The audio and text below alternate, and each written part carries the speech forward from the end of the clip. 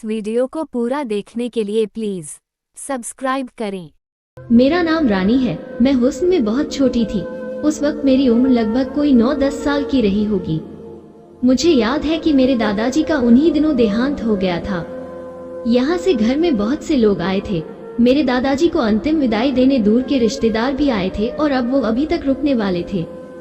उन रिश्तेदारों में कई जाने पहचाने थे तो कई अजनबी भी थे, और क्या अजनबी और क्या जान पहचान वाले, इन सब बातों से तो मैं पूरी तरह से अनजान थी।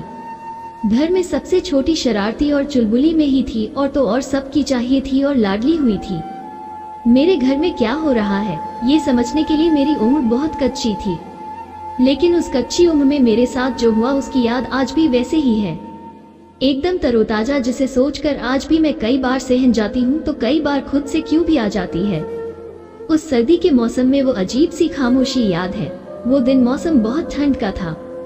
सारे लोग दादाजी के क्रियाकर्म में बिजी। मैं बाकी बच्चों के साथ घर में छुपन छुपाई खेल रही थी। हम बच्चों में एक बड़ा बच्चा भी था जो हमारे साथ खेल रहा था। वो भी हम छोटे बच्चों की तरह ही रिश्ते में, तो वह भी मेरा भाई ही था। दूर का रिश्तेदार दादाजी की बहन का पोता। हम सारे लोग उसे काफी घुल मिल गए थे। मेरी भी उससे काफी मित्रता हो गई। उसे भी मेरी तरह कार्टून नहीं बल्कि टीवी पर नाटक देखना पसंद था। वो सबके सामने मुझे प्यार करता, छोटी हूँ कहकर कुछ करता भी, और मेरी होनहार ई की तारीफ ही भी करता। कभी गोद में खिला था तो कभी गोद में उठाकर ले जाता, कभी चॉकलेट खिलाने तो कभी यूं ही चलाने। पर उस दिन कुछ अजीब हुआ, इतना अजीब कि मैं आज भी उस बात को याद कर उसे महसूस कर सकती हूँ, और फिर सारी फोटोज मेरी आंखों के सामने ऐसे आ जाती है जैसे कोई डरावनी मूवी। एक दिन अचानक रूम में मैं उसके पास में छुप गई।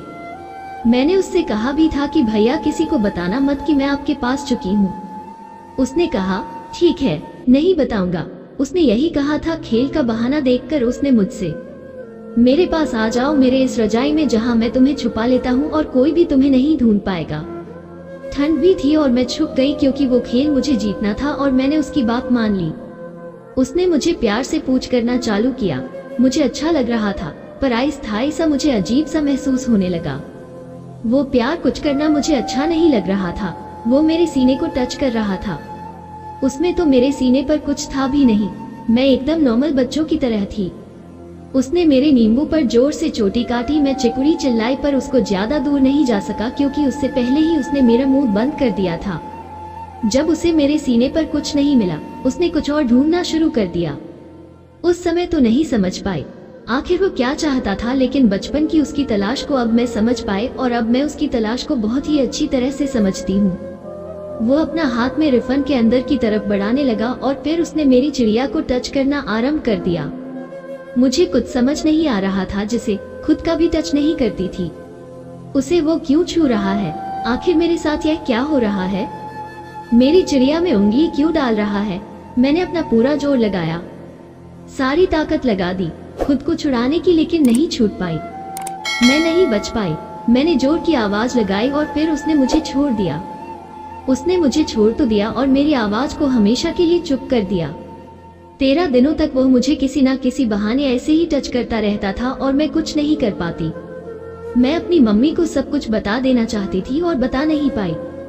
वो मुझे और कह दी सारे बच्चे भैया के साथ सोएंगे। मुझे तो उसका नाम भी नहीं मालूम था। मुझे अपनी मम्मी से नफरत हो गई। वो क्यों नहीं मुझे सुन रही थी?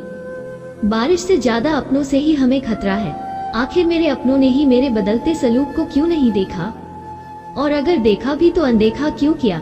मम्मी ने मुझे भारतीय गांवों की तरह गंदे तरीके से छूने के बारे में क्यों नहीं बताया था, जिसे आजकल गुड और बैड टच कहते हैं। मेरी मम्मी मुझ में और मेरे भाई में कोई फर्क नहीं करती थी, पर क्या वो भूल गई थी मैं एक लड़की हूँ और कई वैसी दरिंदे आसपास ही हैं।